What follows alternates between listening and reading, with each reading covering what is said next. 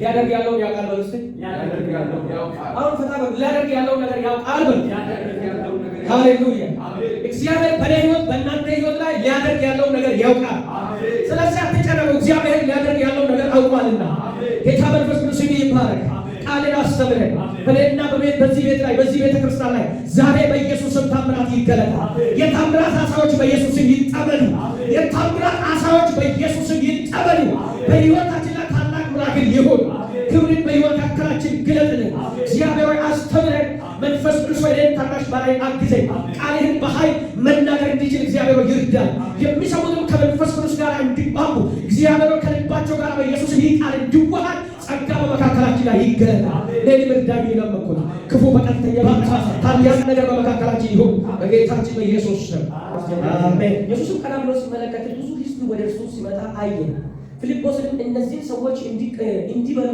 እንጀራ ከየት እንገዛለን አለ ይህን የጠየቀው ሊፈተነው እንጂ ራሱን ሊያደርግ ያሰበው ያውቅ ነበር እና ብዙ ሰዎች ወደ ኢየሱስ ያስተማረ ያለ ብዙ ሰዎች ወደ ኢየሱስ መጡ አየና ለነዚህ ሰዎች የሚበቃ እንጀራ ከየት አለ ብሎ ፊልጶስን ጠየቀ ይላል ይህ ያለው ደግሞ ሊመልሱ የሚገባው ወይ ደግሞ እነሱ ሊመልሱ ለመፈተን እንጂ ሊያደርግ ያለው ነገር ያውቃል ከመቼ ኢየሱስ ክርስቶስ ለከሰው ምክር ተብሎ ሰው የመክሮት አይደል ራሱ ግን እግዚአብሔር ሊያደርግ ያለው ያውቃል ስለዚህ ጌታችን ኢየሱስ ክርስቶስ ይህ አሁን የታምራት እንደሆነ መጽሐፍ ቅዱስ ይናገራል አሁን እዚህ ስፍራ ያደረገው ሁለት አሳና አምስት እንጀራ አባስቶ ብዙ ሰዎች የበሉበት አንደኛ ውሃው ወደ ወይን ጠጅ የቀየረበት ታምራት ነው ስሙ ዮሐንስ 2 ላይ ከቁጥር ጀምራችሁ ታነባላችሁ ሁለተኛ ምልክት ደግሞ ንጉሱ ቤት አንድ ልጅ የፈወሰው አንድ ንጉስ ቤት የነበረው አንድ ልጅ የፈወሰው ወንጌል ዮሐንስ ምዕራፍ 4 ቁጥር 46 ጀምሮ እናገኛለን ሶስተኛ ታምራት ደግሞ አንድ የታመመው ሰው 38 ዓመት ሙሉ ሲተኛ የነበረው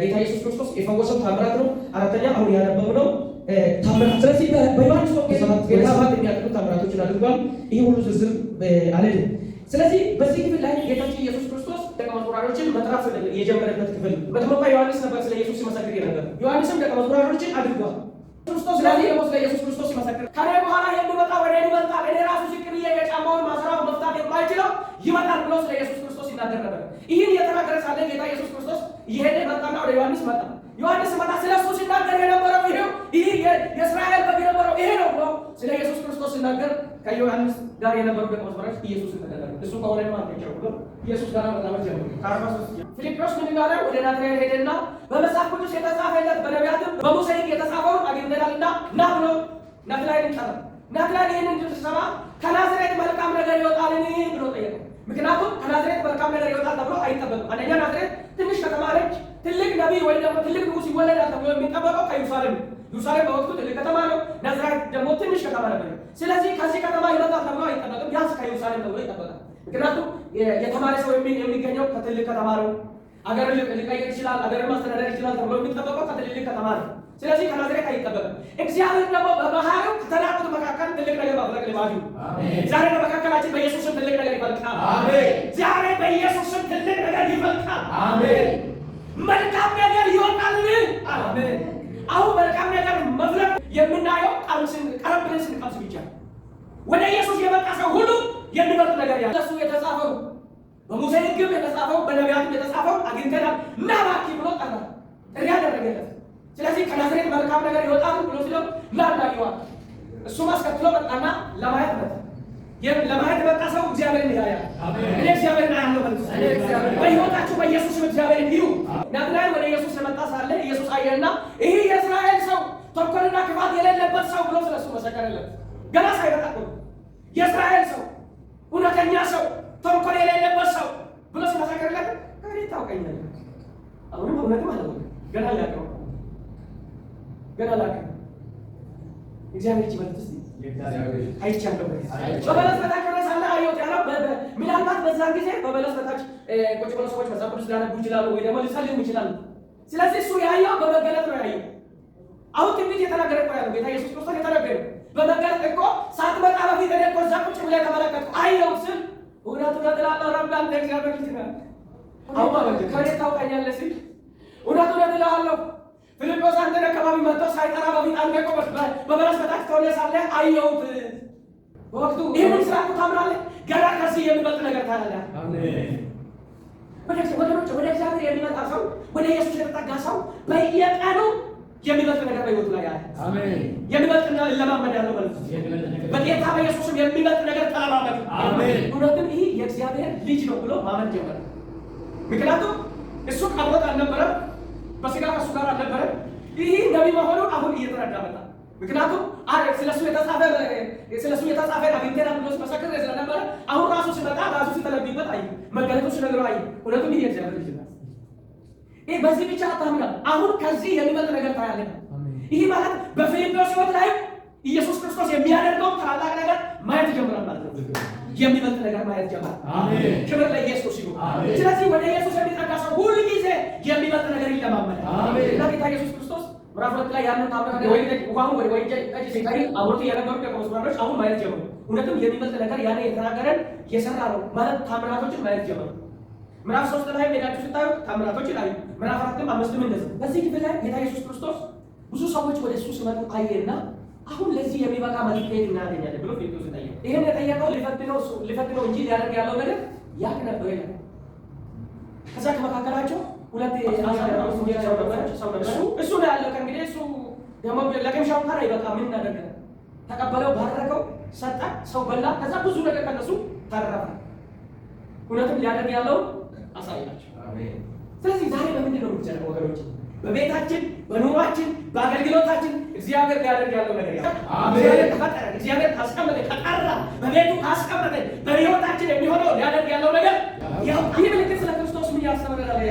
አራት መልእክቶች በዛ ውስጥ እናያለን። አንደኛ ክርስቶስ የሥነ ፍጥረት ጌታና ነገሮችን እንዲሆን ለመብዛት እንደሚችል አሳያል።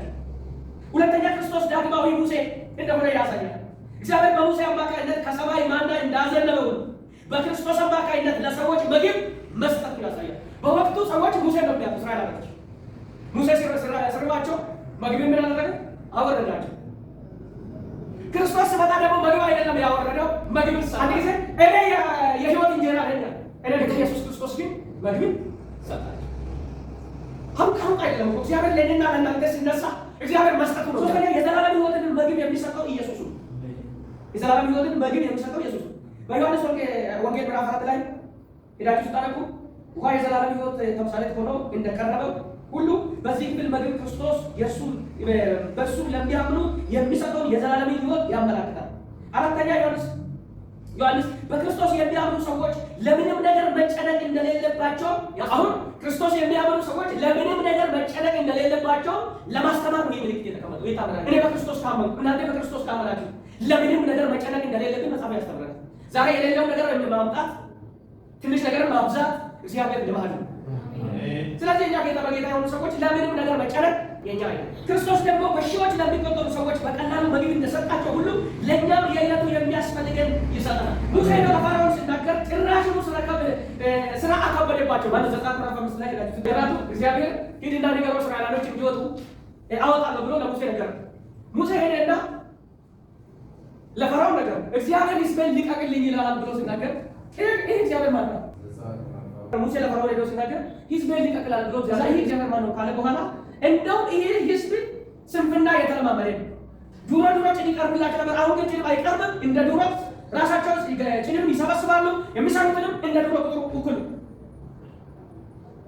ስንፍና አስተማራቸው። ስለዚህ ይህ ሕዝብ በስራ ማስተካከል አለበት ብሎ ፈርዖን ጭራሽኑ እጁን ጫነበት። እግዚአብሔር ግን ሊያደርግ ያለውን ያቀላጥልም ጭምርትም አንዳንድ ነገር እግዚአብሔር በተናገረ ቁጥር የሆነ ነገር ጫን ይላል። እግዚአብሔር እኮ ትናንትና ምናልባት ዛሬ ነገሩ ጫን ሊል ይችላል። ቢሆንም እግዚአብሔር ሊያደርግ ያለውን ሊነጋስ ነው ጨለማቱ አባለ ሊነጋስ የመጨረሻ ነው ይጨልም። አሁን ለዚህ ሕዝብ የጨለመ ይመስላል። እውነቱ እጅ ነው የተጫነበት። ከዛ ሕዝቡ ለምንድን ነው እንዲገለል ሴት የሰጣችሁ እኮ እንደ ሰንሰለት እንደ መስጠት ነው የተቆጠረው ነገር እንጂ ሴት እኮ አልተሰጠም። ምን አድርገን ነው? ለምንድን ነው ኑሮ የምታስመርብን? እኛ ሄደን ተናገር ብለን አለ እንደ ኑሮ ብንኖር የኑሮ ኑሯችን ኖረ እንዲሆን አይሻለም ነበር እንደማለት ነው። ለምን ሴት ሰጣችሁ? እግዚአብሔር ግን ሊያደርግ ያለው ነገር ያለ አሜን። ሲነጋ እግዚአብሔር አጋጭቶ ቢሆን ያነጋል በኢየሱስ አሜን። ይነጋል ይነጋል በኢየሱስ ሃሌሉያ። ዛሬ በነገር ተስፋ የቆረጣችሁት ነገር በናዝሬቱ በኢየሱስ ይነጋል አሜን። እግዚአብሔር ሊያደርግ ያለው ነገር ያውቃል አሜን። በሕይወታችን ላይ እግዚአብሔር ሊያደርግ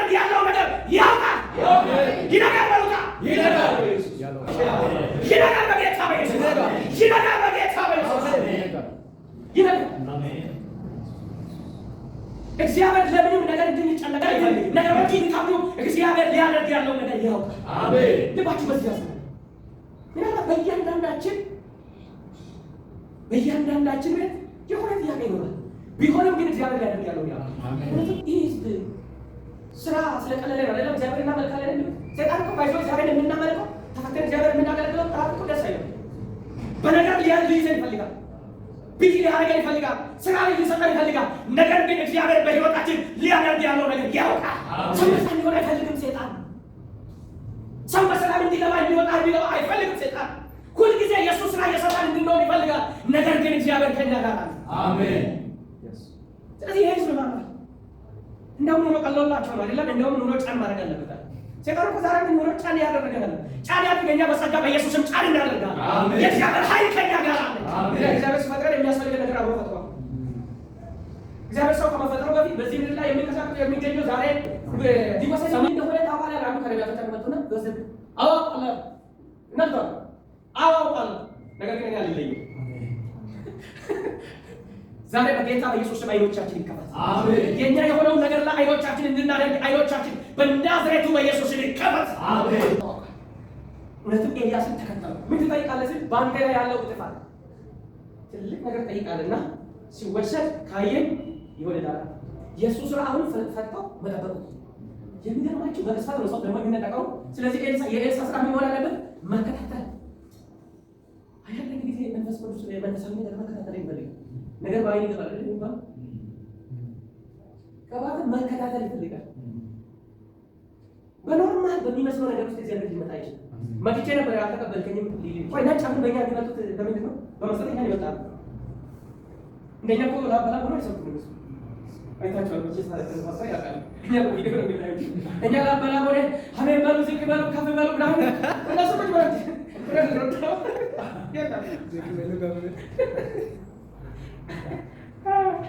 በቅርቡ ጌታ ከረዳን እጄ ያያቸዋል።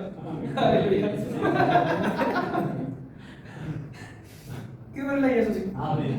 ስለዚህ በፕሪንሲፕል ያምናሉ፣ ፕሪንሲፕል ያደርጋሉ፣ ፕሪንሲፕሉ ደግሞ በእነሱ ላይ ይሰራል። ይዘራሉ፣ ይቀበላሉ።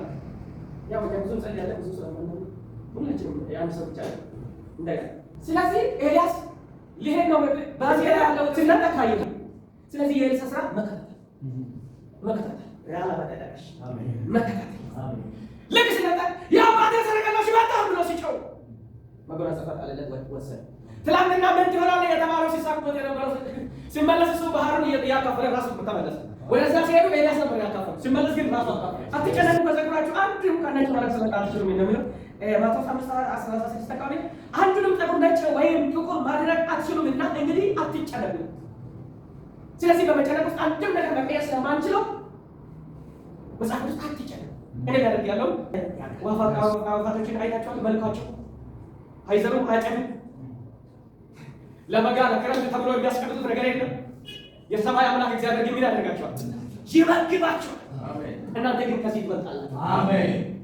ስለዚህ ወገኖች ዛሬ የምናልፋቸው መንገዶች ጥያቄ የተሞሉ መንገዶች ይችላል። ነገር ግን እግዚአብሔር ሊያደርግ ያለው ነገር አንድ ጊዜ እና ታምሜ እጅግሬ ፓራላይዝ ሆኖ ታኛው አልጋ ላይ ያኔ ጫቱ ኢንዱስትሪ ነበር የምትሰራ። እኔም ከዛ ነው ታመምኩ። ያ ደግሞ 4,000 ነበር የእሷ እኔ የሚከፍለው ቤት ኪራይ ያኔ 4,000 ነበር በደሞዝ ቤት። በዛ ላይ ታመምኩና ተኛው። ጫቱ ነበር ልታስታመመኝ ስራም ወጭ ከዛ እኔ ስለምን ራሳውና ጌታ ሆይ ቤት ኪራዩ ምን ይከፈላል? እንዴት እሆናለሁ ብዬ በጌታ ፊት ጸልዬ እዛ ቆይቼ ከዛ የሆነ ነገሮች ተደውላለሁ። እግዚአብሔር የሰራዊት ጌታ እግዚአብሔር ያተጨነቀው ጉዳይ አይቻለው ይከፈላል አትጨነቅ ብሏል ብሎኝ መልእክት ይሰጠኛል። ከዛ እሻሚን ብዬ ከ5 ደቂቃ ብዬ መልሼ እሰራለሁ። ትመልሽ አትጨነቅ እኮ ተብያለሁ። 5 ደቂቃ ስልክ ተዘግቶ 5 ደቂቃ በኋላ ራሴ መልሼ ደግሞ እሰራለሁ። አሁን ጌታ ምን ይላል? ይከፈላል። እኔ ቀጥታ ብር መጥቶ ብር የሚከፍለው መስሎኝ እየጠበቁ ነው። ከዛ 28 በ30 ነው የሚከፈለው። 28 አካባቢ ሲደርስ የለም ይጠብቃሉ። የለም ጌታ እኮ በሁለቴ በሶስቴ ተናገረ። እንደውም አራተኛ እኔ ራሴ ይባይ በሰማ እንደሚከፈል ከዛ 30 ደረሰ። በ30ኛ ቀን ሲጠበቅ የለም። ሰውዬው ደግሞ በጣም አስጨናቂ ነው። ምን አታስጨናቂ ነው። ከዛ ምን ጌታ እከፈላለሁ ብለኸኝ አልነበረም እንዴ? እኔ እሱን እጠብቃለሁ ብሎ የእግዚአብሔር ሀሳብ ሊያሳያቸው ሊያደርግ ያለው ነገር እኔ በዚህ የጠብቅ እሱ ለካ በሌላ መንገድ ሄደው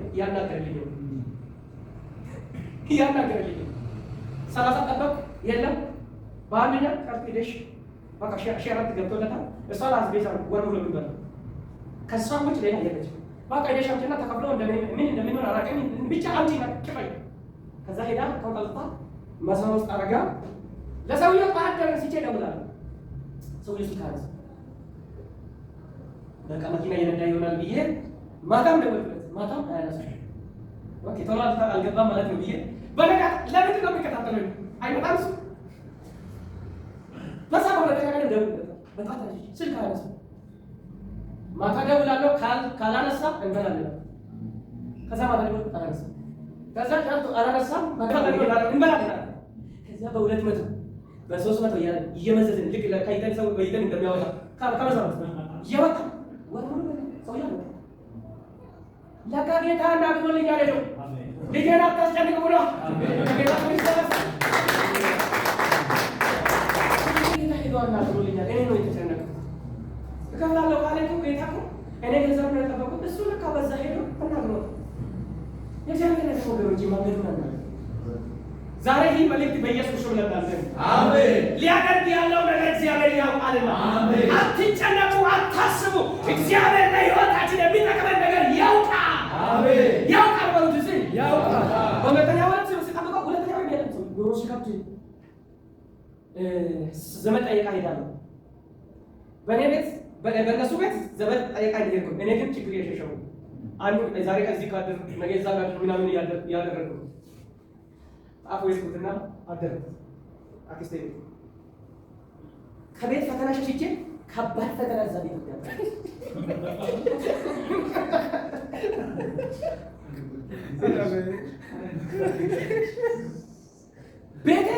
ቤቴ ያነበረው ፈተና እጠቀም የሚሆን ያማላል ቦታ ነው። ምን ነው ቤቴ ነው ሸሽቼ የመጣሁት በይቅርታ ይበቃል ነው። ከዛ በማደጌ እኔ ችግር አይቼ አላውቅም። ጌታ ሲያስተምረኝ በማደጌ ላይ ያደኩት የበላ ከቤተሰብ የበላ ወይ ከምሼ ማለት ግድ ስለሆነ በዛ ነገር ጌታ ሰለኝ እና ያለኝ እንዴት እንዳደርኩ ነው አደርኩና የጧት ስነዳ ወደ ሞሬሚያ አሳላ ሄድኩትና ተኝቼ በጌታ አለቀስኩ። ወሰደኝ ብዬ ብላ አሁን ደግሞ ወደ ዓለም እንዲመለስ ትፈልጋለህ ጌታ ሆይ ብዬ እያለቀስኩ በዛው ላይ ከዛ ተኝቼ ምን ያህል ልክ ያዕቆብ እንደተገኘ ተገለጠ ማለት ልጅ ያለ እኔ የማንም ባሪያ አይደለሁም ይላል። የፈለከው ቃል ብታለቅስ እቺ ቃል መቀየር አትችልም ማለት ይችላል። በዛ ላይ ተሰኘ ቁርጥ አያ ትልቅ ወታደር እንደሚቆጠው ሲነቃ ይሄው ትልቅ የናባሪ በላይ ያቆማ ልጅ ያለ አቤት ረቡህ ምን ሰራለህ? ከዛ ቤተሰብ የለም ምናምን ከዛ ሲያም ለካኔ እየለቀስኩ ነበርና የተኛው አለኝ ሁሉም አለኝ ነው ብዬ እግዚአብሔር ያቀርብ እኔ የማንንም ባሪያ አይደለም ቻለው ማለት ታላላ ለካ የምናልፈው መንገድ እግዚአብሔር ሳያውቀው የምናልፈው መንገድ ነው። የማንገዱ ጸባይ ነው፣ የማንገዱ ባህሪ ነው። የማንገዱ ጸባይ ተመስገን ተመስገን ደግሜ ከኃጢአት በሽታ ተፈውሼ ባንተ ታክሜ ተመስገን ተመስገን ተመስገን ደግሜ ከኃጢአት በሽታ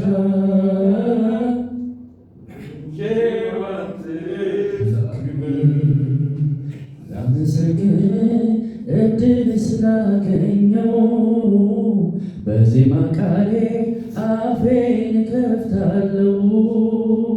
ከፍ ላድርግ መቅደስ ልግባና በአዲስ ዝማ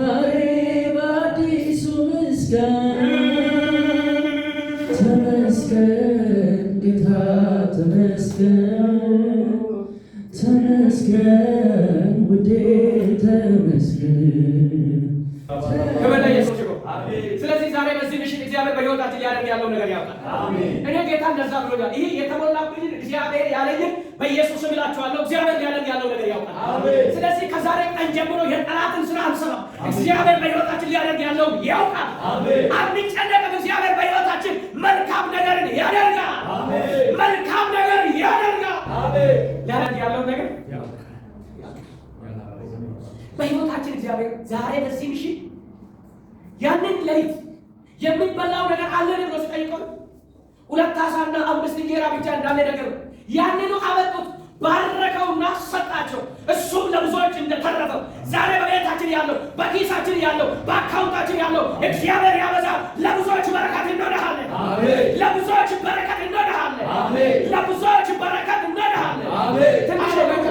ትንሹ ነገር ነው ያለው። ከዛ በኋላ ጌታ ኢየሱስ ምን አደረገው? ባረከውና ምን አደረገው? ሰጣቸው። ባረከው። መጀመሪያ ትንሽ የነበረው ወደ ኢየሱስ ነው ያለው። አሁን ትንሽ የነበረን ወደ ኢየሱስ እናመጣለን። ከዛ እግዚአብሔር በመንፈሱ ይባርከናል። በቤቱ ገቢ እናደርጋለን። ሕይወታችን ይባረካል። ምልክትን በጌታ በኢየሱስ ስም እጸልያለሁ። እናምናለሁ። ያመንኩትን ቃል እናገራለሁ። እግዚአብሔር ደግሞ ያሳየኝ። በሕይወቴ ያለው በእናንተ ሕይወት ይባላል። ሃሌሉያ። በእምነት እናደርጋለን። ሻላፋሳ ካብራት ያላፈው ያላባዳባዳላውስ እግዚአብሔር የሚፈጥር ቃል በኢየሱስ በሕይወታችን ይፈጠራል። በኢየሱስ ሕይወታችን ይፈጠራል። በኢየሱስ በዘመናችን ይፈጠራል። እግዚአብሔር የተናገረው ይሆናል። እኛ በናዝሬቱ በኢየሱስ ዛሬ በእምነት እንዘራለን። 100 እጥፍ እናጭዳለን። ለቤተ ክርስቲያን በረከት፣ ለቤታችን በረከት፣ ለሕይወታችን በረከት በኢየሱስ